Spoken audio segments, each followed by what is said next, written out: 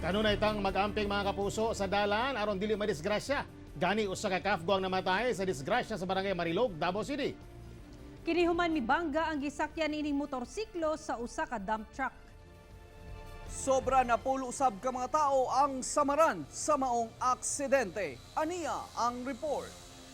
Nangalagbot ang sakay sa motorsiklo ug dump truck human kini nagbangga kaghapon sa hapon sa sitio Lagdek, barangay Marilog, Davao City. 8 kasakay sa dump truck ang nakahiyagom og minor injuries, pero ang 4 kasakay sa motor ang nagrabihan. Usa kanila patay. Katong motorcycle heading towards sa Bukidnon, while ang katong dump truck heading towards sa Davao City. Giilama sakay sa motorsiklo nga sila Kaa Ronnie Layuran, driver sa motor, kinsa dead on the spot. Samtang nagabihan ang mga angkas niini nga sila Kaa Pugi Saiga, Kaa Sardo Ansayod ug may tinambon kinsa kapuyo sa namatayng driver. Anak mo si Ronnie, Ronnie, ayan kauban nato. Sawa, asawa niya, magkuha ang taos daw. sweldo.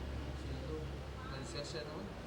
Buot karon sa kabanay sa mga biktima nga mapahilo na ang namatayng si Ronnie og asikasuhon ang tulo nga naa pa sa ospital.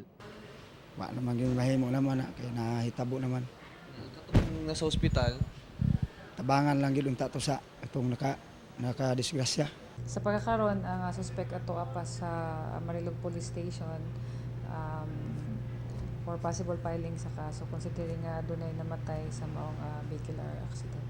kauban si Melchor Awing sa kamera. Ako, si Real Soroche para sa One Mindanao.